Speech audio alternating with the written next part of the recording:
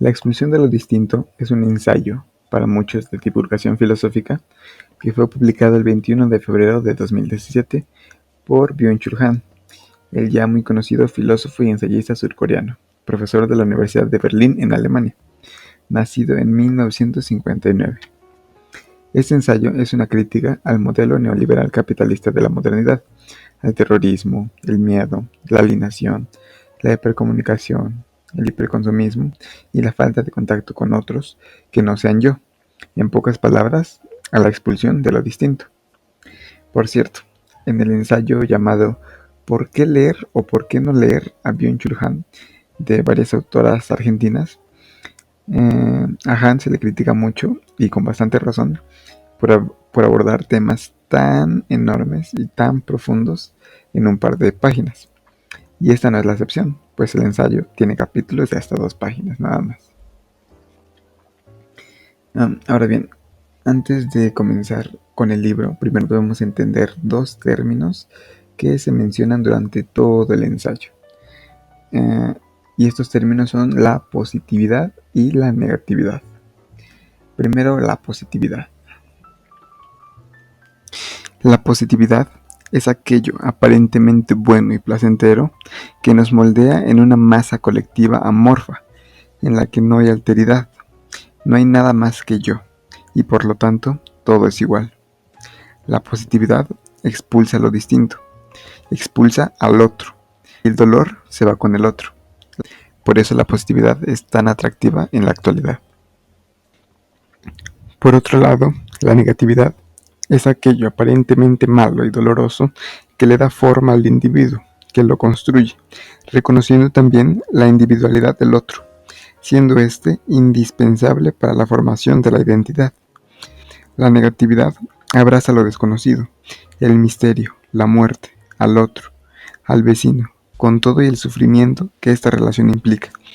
Pues si bien el dolor proviene de afuera, también es cierto que solo el otro puede salvarnos de nosotros mismos. El terror a lo igual. Los tiempos en los que existía el otro se han ido. El otro como misterio, el otro como seducción, el otro como eros, el otro como deseo, el otro como infierno, el otro como dolor va desapareciendo. Hoy, la negatividad del otro deja paso a la positividad de lo igual. La proliferación de lo igual es lo que constituye las alteraciones patológicas de las que está aquejando el cuerpo social. Lo que enferma no es la retirada ni la prohibición, sino el exceso de comunicación y de consumo. No es la represión ni la negación, sino la permisividad y la afirmación. El signo patológico de los tiempos actuales no es la represión, es la depresión. La presión destructiva no viene del otro, proviene del interior. La expulsión de lo distinto pone en marcha un proceso destructivo totalmente diferente, la autodestrucción. Un sistema que rechaza la negatividad de lo distinto desarrolla rasgos autodestructivos. A causa de su positividad, el violento poder de lo igual resulta invisible. La proliferación de lo igual se hace pasar por crecimiento, pero a partir de un determinado momento, la producción ya no es productiva, sino destructiva. La información ya no es informativa, sino deformadora. La comunicación ya no es comunicativa, sino meramente acumulativa. Han argumenta que el hiperconsumismo, resultante del exceso de productividad y la explotación laboral, moldea y condiciona incluso nuestra percepción. Dice Han que nuestra manera de percibir asume la forma del llamado binge watching, o maratón de series en español. Consumimos y percibimos sin ningún límite temporal, y no solo eso, aquello que vemos se adapta a nosotros a través del me gusta. Dice Han, la proliferación del igual no es carcinomatosa, sino comatosa, no topa con ninguna defensa inmunológica. Uno se queda mirando la pantalla como un pasmado hasta perder la conciencia.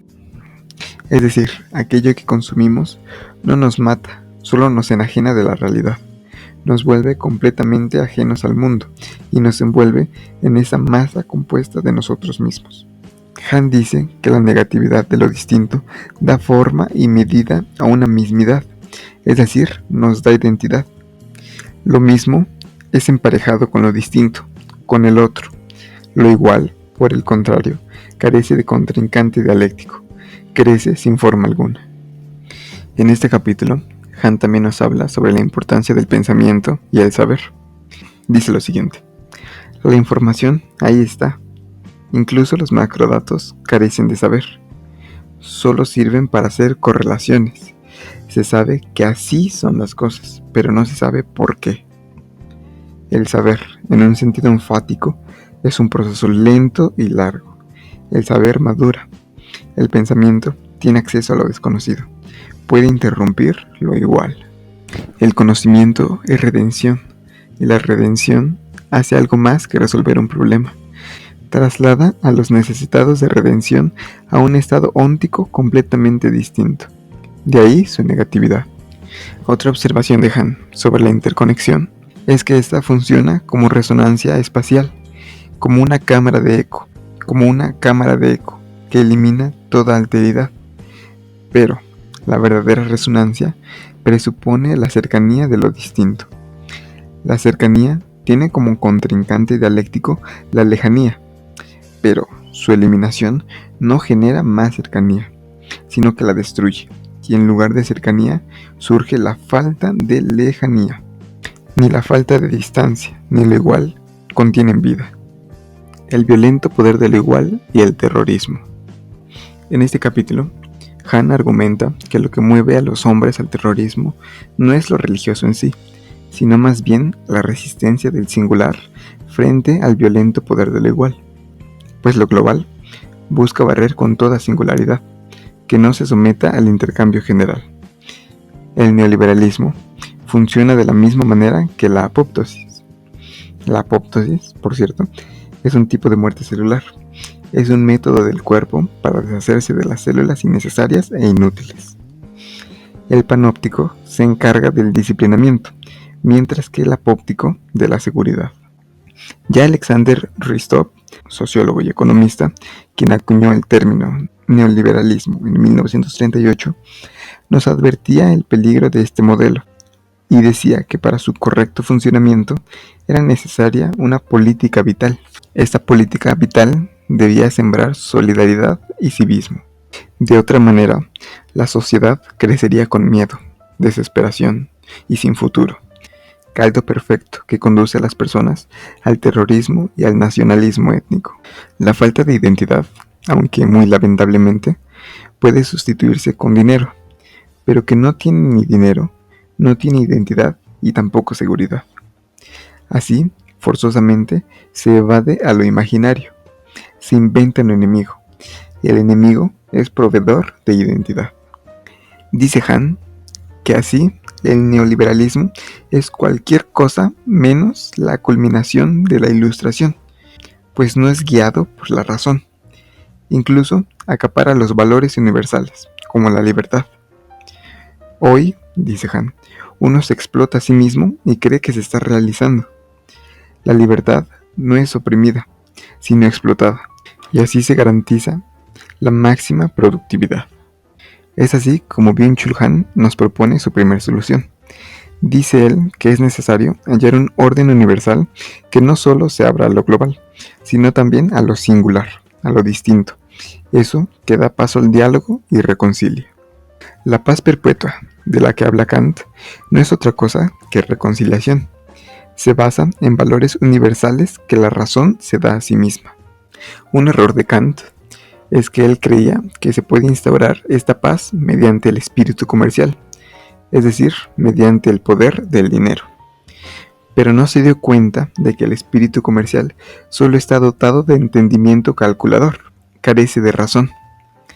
Esta idea kantiana de paz alcanza su culminación con la exigencia de una hospitalidad sin condiciones, dando paso así a una alianza de pueblos. Pues la razón reconoce la alteridad, reconoce al otro y lo recibe con amabilidad. La xenofobia, por el contrario, es una falta de razón universal. El terror de la autenticidad. Hoy se habla mucho de autenticidad, y como toda publicidad del neoliberalismo, se presenta con un atavío emancipador. Ser auténtico significa haberse liberado de las pautas de expresión y de conducta preconfiguradas e impuestas desde afuera. De ella viene el imperativo de ser igual solo a sí mismo, de definirse únicamente por sí mismo, es más, de ser autor y creador de sí mismo. El imperativo de autenticidad intensifica el narcisismo, obliga al yo a producirse a sí mismo. El yo como empresario se produce, se presenta y se ofrece como venta. El esfuerzo por ser auténtico desencadena una comparación permanente con los demás. Así, la autenticidad de la alteridad consolida la conformidad social, y solo aquellas diferencias que vayan de acuerdo con el sistema y que se pueden explotar son permitidas, y estas diferencias las llamamos diversidad. Si todos quieren ser distintos, se sigue que esta voluntad prosigue lo igual. Pero la autenticidad difiere de la singularidad. La autenticidad presupone la comparatibilidad.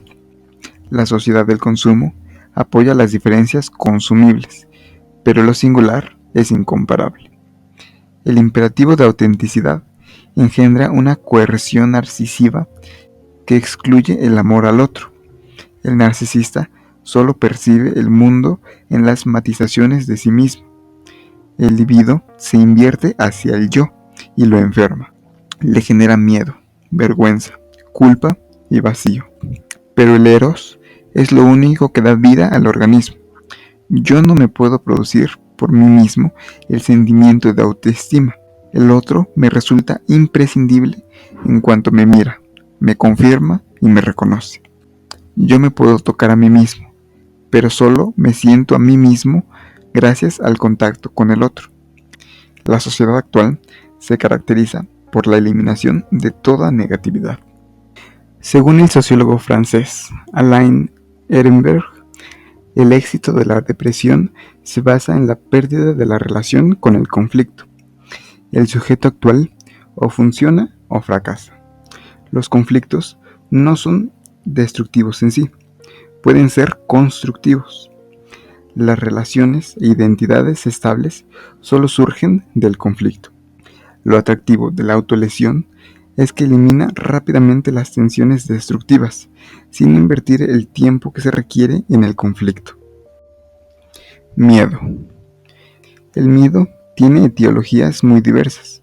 Lo que suscita el miedo es, en primer lugar, lo extraño, lo siniestro e inhóspito, lo desconocido.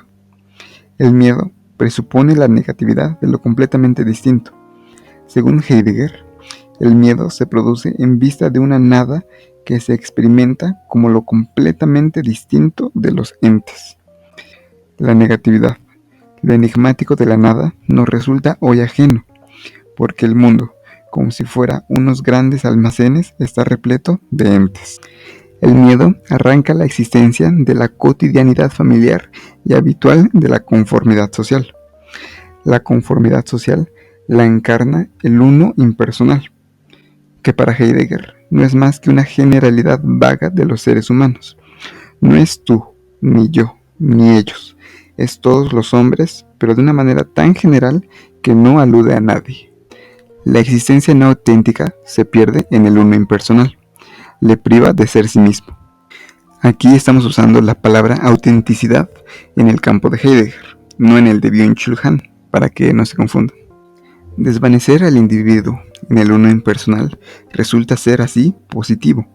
Por eso, pararse en el umbral de lo desconocido duele, pero esto transforma. La negatividad es en realidad vivificante, nutre la vida del espíritu. El espíritu solo obtiene su verdad si dentro del desgarramiento total se encuentra a sí mismo. Dice Han, si sientes el dolor del umbral, no eres un simple turista. Puede que se produzca la transformación, pero con el internet nos hemos vuelto más turistas que nunca y nos quedamos de la misma manera, nos quedamos igual. Han dice que este miedo al derrumbe de lo familiar se asemeja bastante al aburrimiento profundo. El aburrimiento hace que afloren aquellas posibilidades de actuar que la existencia podría aprovechar. El aburrimiento exhorta a la existencia a abordar su posibilidad más propia del ser, es decir, a actuar. Pero el aburrimiento actual se cura con hiperactividad y se elimina con la siguiente actividad. Pero ser activo no significa todavía actuar. El Heidegger tardío dice que el pensamiento ama los horrores del abismo, su negatividad.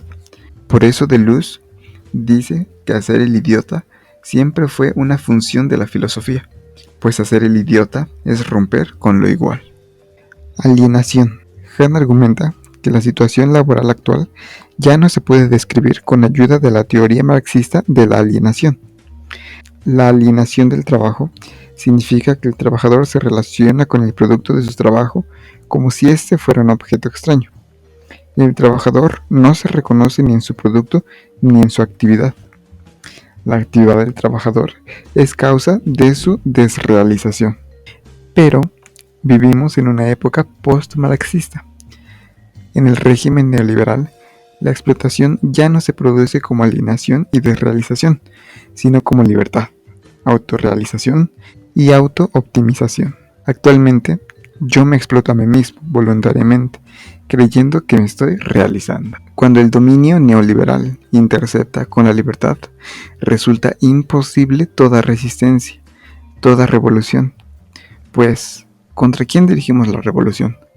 No existe otro del que provenga una represión. Esto es la alienación de uno mismo, y su falta de negatividad le da paso sin que nos demos cuenta de ello. Cuerpos que se contraponen. Objeto viene del verbo latín obicere, que se traduce como arrojar contra. El objeto, entonces, es algo contrario que se vuelve contra mí. La noción de obicere es más fiel a la experiencia de lo presente que la noción actual de objeto. Hoy, el objeto se nos entrega. La mercancía como objeto de consumo carece de la negatividad del obicere, pues no se me contrapone, más bien se amolda a mí, son sacándonos un me gusta. El orden digital carece de toda pesadez que nos replique como un contrapeso, y sin la ausencia de lo contrario, uno sufre una dura caída golpeándose consigo mismo. Hoy también perdemos la noción de enfrente. Para Heidegger, estando de enfrente, lo presente no es lo que un sujeto arroja a sí mismo como objeto, sino lo que sobreviene a la percepción. Mirada. Lacan, al comienzo del Seminario X, La angustia, presenta la fábula con moraleja, apólogo de la mantis religiosa. Lacan lleva una máscara, pero no sabe qué representa. Con la máscara puesta, se presenta ante una gigantesca mantis religiosa. No sabe en absoluto qué es lo que la mantis religiosa está viendo, ni las reacciones que provocará en ella la visión de la máscara. Además, no es posible entenderse con ella usando el lenguaje. De este modo, queda por completo a merced de ella y de su mirada. El hecho de que la mantis religiosa devore al macho tras el apareamiento la hace parecer aún más siniestra. Lo completamente distinto, inasequible a toda previsión, que no se somete a ningún cálculo y que infunde miedo, se manifiesta como mirada. Para Sartre, ser observado constituye un aspecto central del ser en el mundo. Pero hoy, el mundo carece de miradas. La pantalla visual no tiene el carácter de una mirada. La paranoia se vincula con el exceso de la negatividad, de lo distinto, mientras que la depresión es consecuencia del exceso de positividad. Así, Hahn nos advierte de los efectos dañinos incluso de la negatividad si ésta se presenta en exceso. La crítica de este ensayo se dirige al hecho de que ya no hay negatividad, y es esta esencial para estabilizar la positividad. La idea de Hahn definitivamente no es sustituir lo positivo por lo negativo. Continuando con el tema de la mirada, Hahn nos dice que incluso el dominio actualmente se lleva a cabo sin mirada. El panóptico digital no requiere la mirada y por eso ve más, pues a falta de la mirada dolorosa, los ocupantes del panóptico digital creen estar libres y se desnudan voluntariamente ante este. Voz. La voz, muy similar a la mirada, abre una profunda desgarradura en el interior del sujeto, a través de la cual irrumpe en el yo lo totalmente distinto. Para Kafka, una debilidad, una endeblez metafísica, una pasividad primordial, es lo único que nos hace receptivos a la voz del otro. Kafka dice que la voz y la mirada son signos del cuerpo. Una comunicación sin estos signos corporales no es más que un trato con espíritus. Kafka dice: ¿a quién se le habrá ocurrido pensar que la gente podría relacionarse por correspondencia? Se puede pensar en una persona lejana y se puede tocar a una persona cercana. Todo lo demás supera las fuerzas humanas. Los besos escritos no llegan a su destino, sino que los espectros se los beben por el camino. Han nos dice que a la voz le es inherente la exterioridad. La voz del mandato moral viene de la exterioridad interior. La razón de la que habla Kant se anuncia con una voz imperativa. La moralidad, así, consiste en someterse por completo, en contra de la felicidad y de las inclinaciones de nuestros sentidos a la ley moral, a la voz de la razón, a la voz celestial, la cual también hace temblar al sacrílego. En Heidegger, en lugar de la voz de la razón, aparece la voz de la conciencia, que apela a la existencia a abordar su posibilidad más propia del ser. Heidegger habla de la voz del amigo. El amigo es el otro. Sin embargo, en la caja de resonancia digital, en la que uno, sobre todo, se oye hablar a sí mismo, desaparece cada vez más la voz del otro. Así, el medio digital resulta descorporalizador. El lenguaje de lo distinto, dice Han. Quien percibe el mundo de otro modo que no sea como algo extraño, no lo percibe en absoluto. Dicha extrañeza le es inherente incluso al espíritu. La pantalla digital no permite ningún asombro. Con la creciente familiaridad se pierde toda capacidad de asombrarse, que es lo que infunde vida al espíritu. Lo bello solo se muestra a la mirada larga y contemplativa. De ahí la importancia del arte. Al arte le es esencial una tensión de negatividad. Por eso, el filósofo Theodor Adorno dice que no hay ningún tipo de arte que haga sentirse a gusto. Nos presenta lo inhóspito, causa salir de lo humano. La poesía da testimonio de la presencia de lo ajeno que se custodia en ello. La imaginación desestabiliza lo igual, nos convierte en hablantes. El poeta, como hablante anónimo, habla en el nombre del otro, de lo totalmente distinto. Sin embargo, hoy, el ruido de la hipercomunicación reprime el lenguaje, del cual forma parte el silencio, y nos imposibilita estar a la escucha. Nos impide ser capaces de asombrarnos y de contemplar. El pensamiento del otro. Ser sí mismo no significa simplemente ser libre. El yo también es una carga y un peso. Ser sí mismo es cargar con uno mismo. Para el filósofo Immanuel Levinas, el sujeto carga con este sobrepeso del cual no puede librarse durante todo el tiempo de su existencia. Es una fatiga. Para el filósofo Alain Ehrenberg, la depresión es la fatiga de ser sí mismo. En las relaciones neoliberales de producción, aquella carga ontológica se incrementa hasta lo desmesurado. La maximización de la carga tiene en último término el objeto de maximizar la productividad. La existencia de la que habla Heidegger nunca se cansa. Lo que domina es su capacidad infatigable, el énfasis del poder ser sí mismo. Heidegger incluso concibe la muerte como una posibilidad privilegiada de asumir el sí mismo. Cara a cara contra la muerte se despierta un yo soy enfático. De manera consecuente, para Emmanuel Levinas, la muerte se manifiesta como un poder no poder, como una pasividad radical. La muerte es la imposibilidad por excelencia. La muerte se anuncia como aquel acontecimiento en vista del cual el sujeto renuncia a todo heroísmo del sí mismo, a toda capacidad, a toda posibilidad, a toda iniciativa. En ese sufrimiento, en cuyo interior hemos observado esa vecindad de la muerte, se produce la conversión de la actividad del sujeto en pasividad. Ese poder, no poder, cara a cara frente a la muerte, es similar a la relación con el otro. Es precisamente la pasividad del poder, no poder, lo que abre el acceso al otro. Poder es el verbo modal del yo por excelencia. Esa totalización de la capacidad a la que hoy fuerzan las relaciones neoliberales de producción vuelven al yo ciego para el otro. Conducen a una expulsión del otro. El poder no poder, sin embargo, se expresa como una fatiga distinta, como una fatiga para el otro. Ya no es una fatiga del yo. Así es como Immanuel Levinas, en lugar de fatiga, hablan de laxitud. La laxitud primordial designa una pasividad radical que es reacia a toda iniciativa del yo. Introduce el tiempo del otro.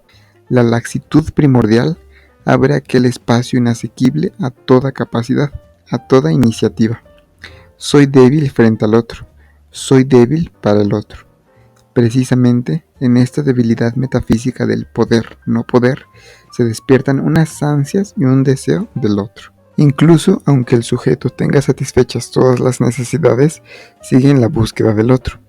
Las necesidades se refieren al yo, mientras que la órbita del deseo queda fuera del yo. El eros es lo único que está en condiciones de liberar al yo de la depresión, de quedarse enredado en sí mismo de manera narcisista. El otro es una fórmula redentora. Es por eso que el amor presupone siempre una alteridad, pero no solo la alteridad del otro, sino también la alteridad de uno mismo. La dualidad de la persona es constitutiva del amor a sí mismo. ¿En qué consiste el amor? Sino en entender y alegrarse de que haya otro que viva, actúe y sienta de forma distinta e incluso opuesta a como lo hacemos nosotros. Para que el amor franquee las oposiciones, valiéndose de la alegría, es necesario que no las elimine, que no las niegue. Incluso el amor a sí mismo implica una condición previa a la dualidad o pluralidad, no miscible en una misma persona. Por eso, en vista de ese ego patológicamente hipertrofiado de las relaciones neoliberales, resulta necesario volver a considerar la vida partiendo del otro, desde la relación con el otro, otorgándole al otro una prioridad ética. Es más, aprendiendo de nuevo el lenguaje de la responsabilidad, escuchando y respondiendo al otro. Escuchar. En este punto del ensayo, creo que ya se sobreentiende que Han encuentra en el otro la solución a todos los problemas de los que habla, pero dice que no podemos acercarnos al otro si no escuchamos primero lo que tiene que decir. Dice Han: hoy perdemos cada vez más la capacidad de escuchar. Lo que hace difícil escuchar es, sobre todo, la creciente focalización en el ego. Han nos explica a continuación que el escuchar no es un acto pasivo, se caracteriza por una actividad peculiar. Primero, tengo que dar la bienvenida al otro, es decir, tengo que afirmar al otro en su alteridad. Luego, atiendo lo que dice. La escucha antecede al habla. Escuchar es lo único que hace que el otro hable. Finalmente, Byung-Chul Han nos habla y nos describe al oyente ideal, citando un poco al escritor Elias Canetti. Estas son algunas de sus características. En primer lugar, el oyente ideal escucha desinteresadamente al otro prestándole atención. Su silencio, que brinda hospitalidad y escucha, invita al otro a liberarse hablando. El oyente ideal brinda un silencio hospitalario. El silencio hospitalario se distingue del silencio de un analítico, que oye todo lo que el otro cuenta y toma nota de ello en lugar de atender lo que dice. El oyente hospitalario se vacía, haciéndose una caja de resonancia para el otro que lo redime devolviéndolo a él mismo. Una característica peculiar del oyente ideal es el refrenamiento, que equivale a no juzgar. El oyente se vacía, se vuelve nadie. El oyente se guarda de juzgar, como si todo juicio equivaliera a un prejuicio que supusiera una traición al otro. Otra característica del oyente ideal es la paciencia. La actitud responsable del oyente hacia el otro se manifiesta como paciencia. La pasividad de la paciencia es la primera máxima de la escucha.